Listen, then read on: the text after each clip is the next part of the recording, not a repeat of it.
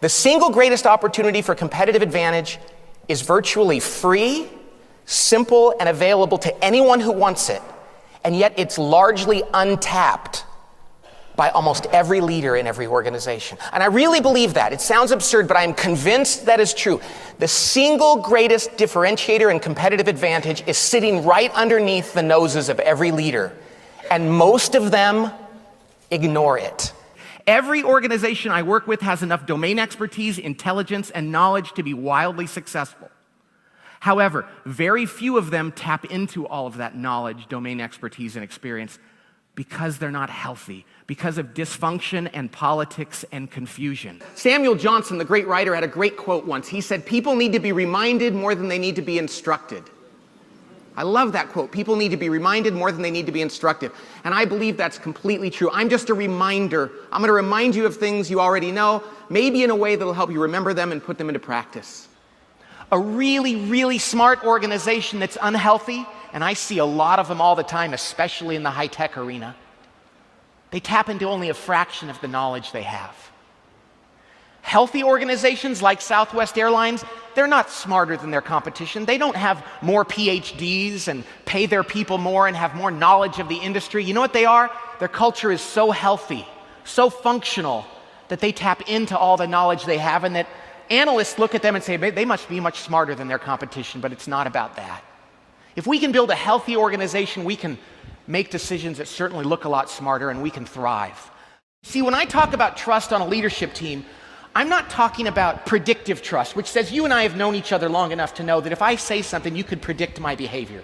You can trust what I'm going to do. Or we've been together as a team long enough to where we can predict what one another is going to do. Any group of people, or any two people that have known each other for a long period of time, has predictive trust. That's not that special. The kind of trust that makes a team great, the kind of trust that's required to make a team great, is what I call vulnerability-based trust. Vulnerability-based trust. That's the kind of trust that comes about when people on a team can and will say things to one another like, "I don't know the answer, I think I screwed that up, I need help, you're smarter than I am, I want to be more like you, can you teach me to be like you?" Or, "I'm sorry, I was totally unfair to you yesterday and I should apologize." When people can be that emotionally buck naked with one another, and that's what it is, folks. When people can be emotionally buck naked and be completely honest about who they are as a person, warts and all, it creates a dynamic on your team like nothing else. So I like this show, Dirty Jobs, because these people have these really weird, bizarre, dirty jobs, but you know what's amazing about it? A lot of them seem really happy. Like, you'll see this guy, like these alligators, they're 4-footers, they're snapping at them, they're sticking their finger up them to see if they're a woman or a man, put them over, and they're like, "I love this work, I love these alligators." And I think about all the CEOs and senior executives that I've worked with that are miserable. So I got to do some work with professional football teams because I know some coaches, and I was involved, and they'd invite me to training camp. And I was all excited, and I was shocked by what I found. The players would walk around training camp, you would have thought they were digging ditches for minimum wage. Many professional athletes are miserable. Here they are playing a child's game for millions of dollars half the year. And they're like all bummed out. And I couldn't figure out why until later, a friend of mine who was a head coach and a really good guy, but he was part of the industry, something happened. His team traded for a very high-profile player. You all know who this guy is. A very talented, high-profile player with some personal problems, pretty young, millions of dollars, high profile. So the guy was coming out by himself, he had no family, to join the team. And I said to my friend, I said, "Hey, are you and Nancy, your wife, going to have this guy over for dinner so you can get to know him and find out what makes him tick and take an interest in his life?" And my friend said, "Oh, no, Pat, this is professional football. This is a job. No, we don't do that."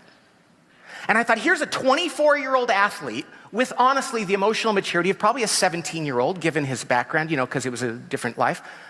And this guy didn't think it was his job as a leader and a manager to get to know him, to take an interest in him. Let me tell you, ladies and gentlemen, I don't care if you're the head of marketing at a company or you're a line employee, if your manager doesn't care about you, and I've talked to senior executives at very interesting companies that didn't like their job because the CEO just couldn't care less about them.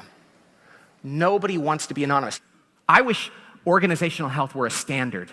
Just like having good finances and good technology and marketing. I wish someday, man, I don't know how long it's going to take.